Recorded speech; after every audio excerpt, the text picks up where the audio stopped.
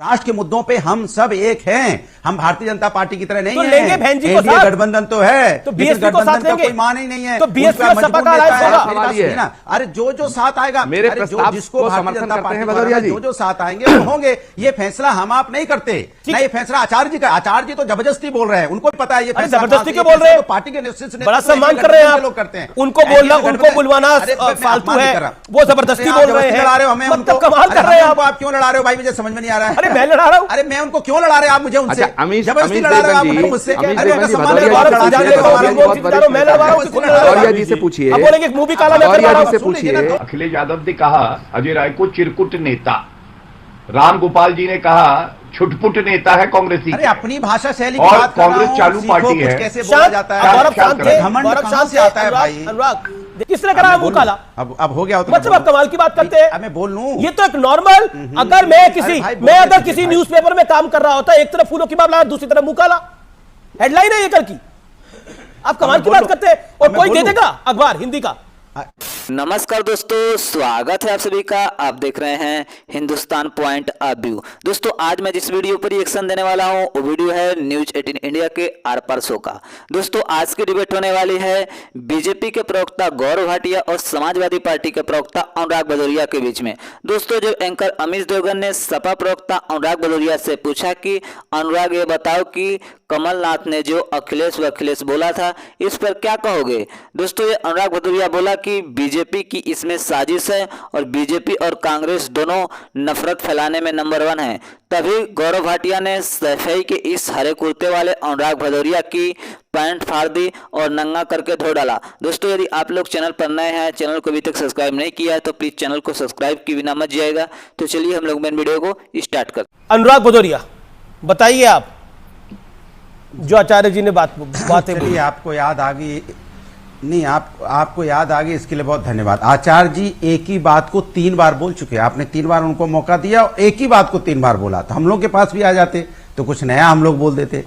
तो मुझे तो मतलब आचार्य जी के पास जाना वक्त की बर्बादी है। आचार्य जी के पास जाना वक्त की बर्बादी है, ये कह रहे हैं। बात सुनिए।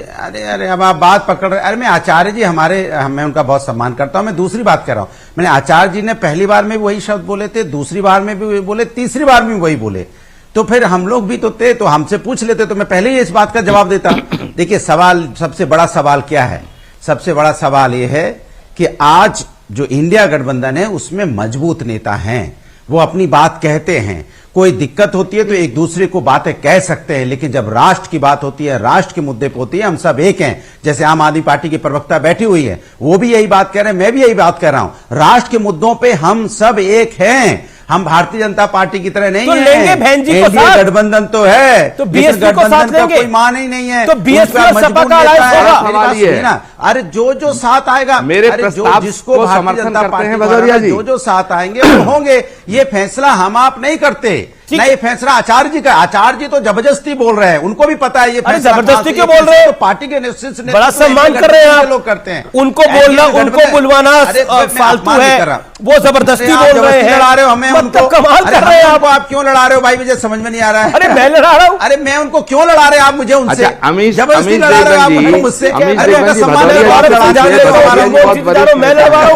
भदौरिया जी से पूछिए। अब बोलेंगे मूवी काला मैं करवा रहा हूं। से पूछिए। 2 सेकंड कमाल है, आप लोग 2 सेकंड कांग्रेस के मुंह काला आप करवा रहे हैं। 2 सेकंड बोलने दीजिए। 2 सेकंड 2 सेकंड बोलने दीजिए। आप 2 सेकंड में कहां से बोलने वाले? 3 मैंने सेकंड कहा ब्रिजमोहन जी ने कितनी अच्छी बात की है।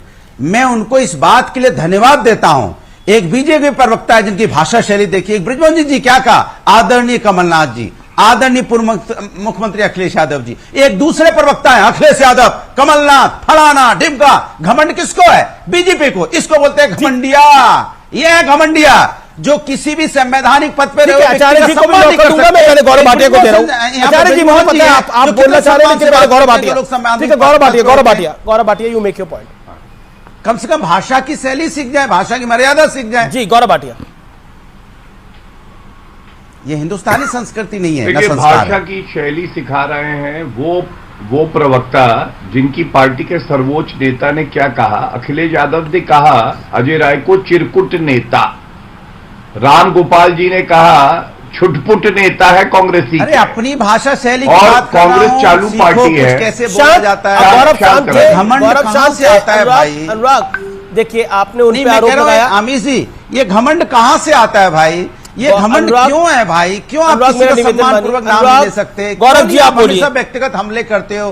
क्यों व्यक्तिगत टारगेट करते हो? ठीक है, आपने बात सवाल पूछ लिया। Gaurav Bhatia, Gaurav Bhatia, Gaurav Bhatia, Gaurav Bhatia, make your point. धन्यवाद, धन्यवाद। देखिए, इनको लगता है कि इस चैनल पे बैठ के और अमीश देवगन जी जैसा एंकर होगा और ये यहाँ पे भी गुंडागर्दी करेंगे, अभद्र भाषा का इस्तेमाल करेंगे। अमीश जी जब ये बोलते हैं ना, इनको धारा प्रवाह बोलने दिया करिए। मैं आपको सच बता रहा हूं, इनके जैसे प्रवक्ता अगर आधा घंटा बैठ जाते हैं किसी चर्चा में, 1 लाख 2 लाख वोट खा जाते हैं सपा के। और ऐसे कांग्रेसी भी कुछ गाली वाली आंटी हैं और भी हैं, 1-1.5 घंटा बैठेंगे, 1 लाख 2 लाख का नुकसान करके जाएंगे। आपका बॉयकॉट किया था, आपका चैनल नंबर 1, आप नंबर 1, और जनता ने इनको लताड़ दिया। तो इसलिए अभी ये सदमे में है, इनसे कुछ मत कहिए। लेकिन मैं अपनी बात बताऊंगा, आचार्य जी बैठे इसलिए उठाना जरूरी है। कल की चर्चा का विषय था लेकिन आज उठा देता हूं। आप बताइए, गौमूत्र प्रदेशों में भाजपा जीती है, घमंडिया के साथी ने कहा ना।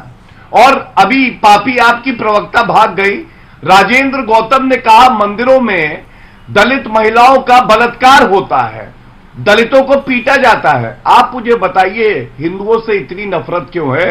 और मैं आपको कहता हूं डंके की चोट पे, जब हिंदू सहिष्णु है लेकिन चोट की वोट की चोट देता है तो अच्छे अच्छे हिल जाते हैं। आप देखिएगा, ये सपा है ना, ये अंडा आएगी। और 2024 में जैसे 2017 1 जनवरी को विद्रोह हुआ था, 2024 में भी सपा में फूट पड़ चुकी है, कलह हो चुकी है। अंदर खाने की बात बता रहा हूं, ये पार्टी फिर से टूटेगी। इसीलिए टूटेगी क्योंकि ये दूसरी जो बड़े नेता हैं उनके खिलाफ अमर्यादित भाषा का इस्तेमाल करती है, कोई विचारधारा नहीं है और वंशवाद की उपज है और वंशवाद की उपज ही रहेगी। बार बार आप इस शब्द को बोल रहे हो, इसके मतलब आप लड़ाना चाह रहे हो। बार बार आप आचार्य जी को उस्का रहे हो, हमें उस्का रहे हो, लेकिन हम लड़ने वाले नहीं है। हम हिंदुस्तानी हैं, सब एक दूसरे का सम्मान करने वाले लोग हैं, हम नहीं लड़ेंगे। आचार्य जी कुछ कहना चाहते हैं, फिर बाद में हमें जवाब दो। वैसे अमीश देवगन, अब आपने बोला, अब आपने बोला, अब आपने बोला।